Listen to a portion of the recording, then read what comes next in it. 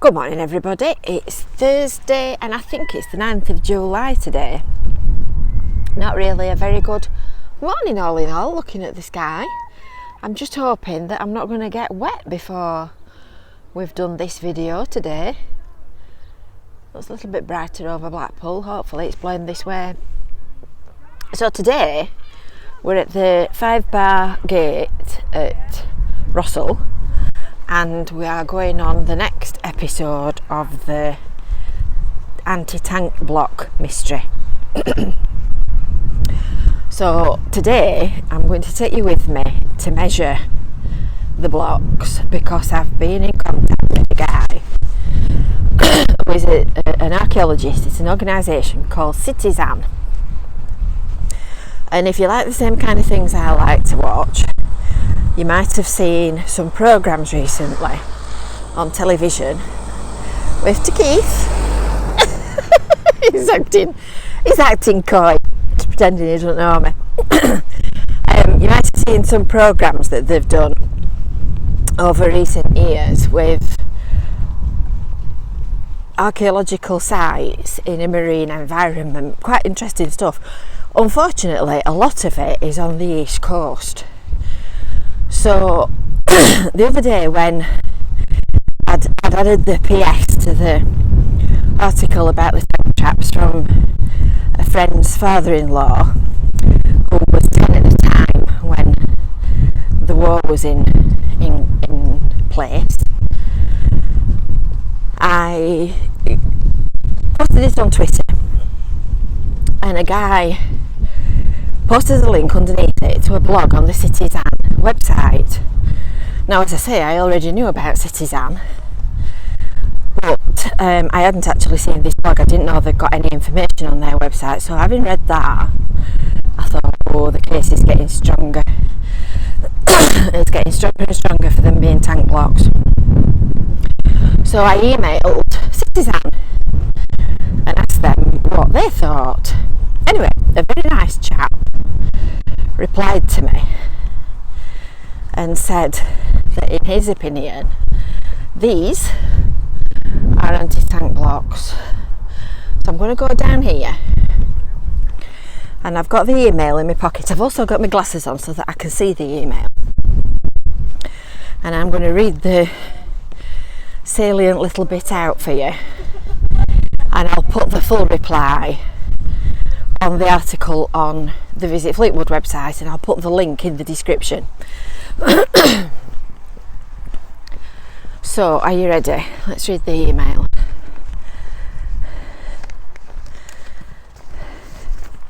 Pulled it out of pocket. Email? Looking at the examples in the article, I'm fairly certain they are indeed anti-tank cubes which were erected as part of a wider anti-tank obstacle. The cubes appear to be approximately 1.2 metres wide, which fits the standard dimensions pretty well, but appear to be slightly taller, 2 metres at the front. Well, yeah, they are, but that's probably because the land slopes. Although there were standard dimensions issued by the War Department at the time, we see much variation across the country. The biggest examples I've seen can be found on the Yorkshire coast near Filey, which measure about 1.25 by 2 metres tall. It would be really useful if you could take some measurements to see how they compare to the official dimensions. Well, I've got my tape measure in my pocket, so that's exactly what we're going to do next. So this guy goes on and says, looking at the cubes themselves, they are clearly cast in situ using wooden shuttering formwork. The impressions of the shuttering are visible in the surface of the cubes. Yeah, I would concur with that. Also, the mix of concrete appears to be the pretty standard 1 to 3 to 5 mix. 1 part cement, 3 parts sand, 5 parts aggregate, that was used extensively during the war, and you can actually see that it's a really rough mix and there's a lot of aggregate in it. The aggregate itself being well screened for uniformity. The chamfered edges are interesting and also likely to relate to the formwork used. And you can see you might not be able to tell on a picture because it kind of flattens the 3-dimension of it, but there is that edge there is actually chamfered. It doesn't come to a square point like like a cube would. So this guy is Chris from Citizens North team, and he's the community archaeologist specialising in wartime anti-invasion defences. So we're going to measure these blocks, and then we're going to send him the information, and we're going to see what the next part of the instalment is. Because I'm afraid I've got to admit that I've got a bit of a bit between my teeth, and I need to find out the answer to this because it's annoying me. Right, are you ready? This might go a bit wobbly wonky because I've got a tape measure in one hand and a camera in the other, and despite the fact that I'm not bad with a tape measure, this might be a bridge too far. So let's see what we can do. Just hold on to your hat while I do this. Right, so from the bottom, going up to the top, and it is indeed 1.90 m on the front side, which is, as you know, just a touch short of 2 meters, which is the extent of the tape.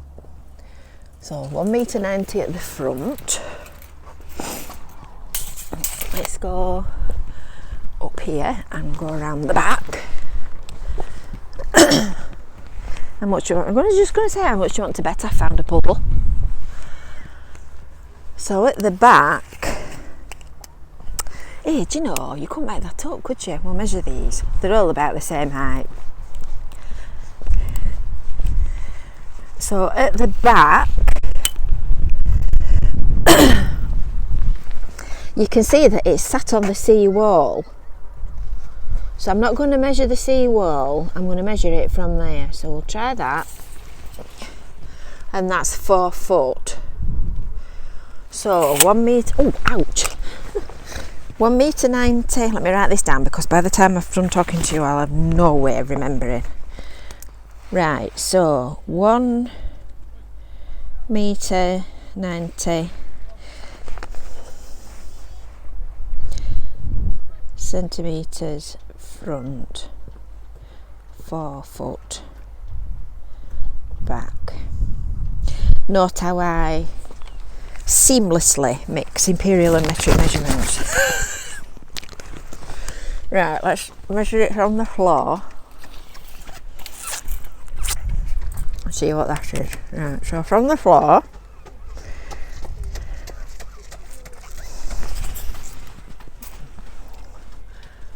five foot to the top. Try that down.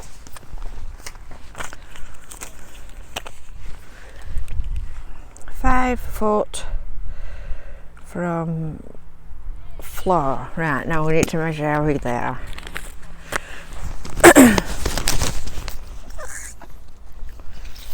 So, let's have a look.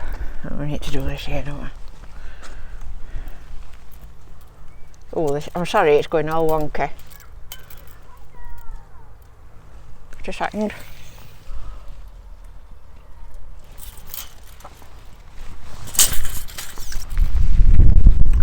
So that's 1.20 m by 1.20 m. Right, I think I've done now. So the camera should be still now. Is that better? 1 metre 20 centimetres square. So that's how big they are. Right, I've taken my pen out of my mouth. I've put my tape measure back in my pocket. So I've got my piece of paper. So I will email this man and I will ask him what he thinks.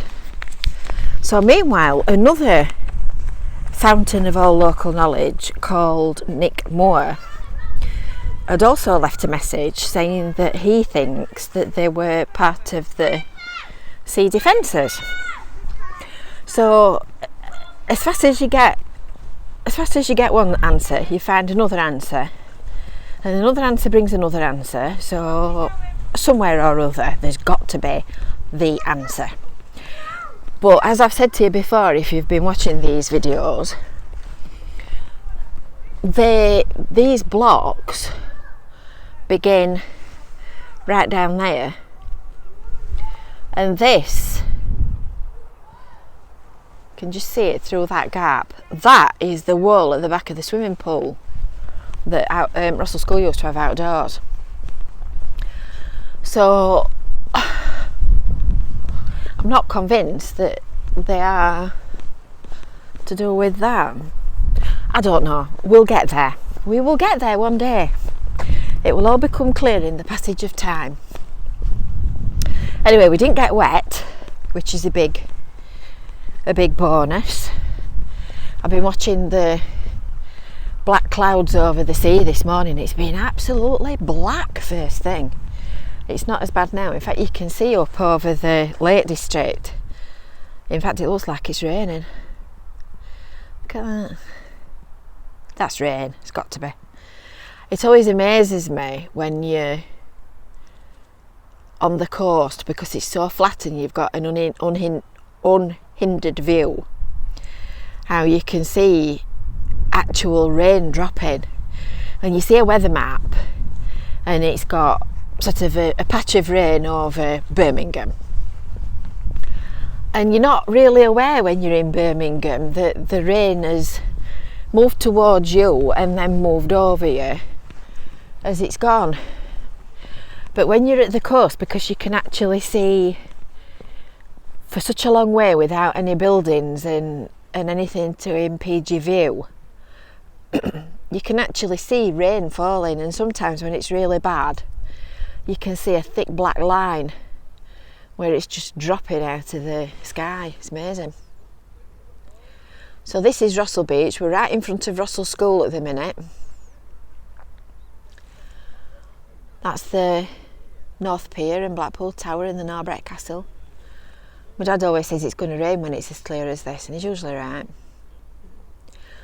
So that's it for today, folks. We shall see if we can conclude the mystery of the tank traps or not, one way or another. There will no doubt be more instalments of this saga to follow, and one day together we'll get there.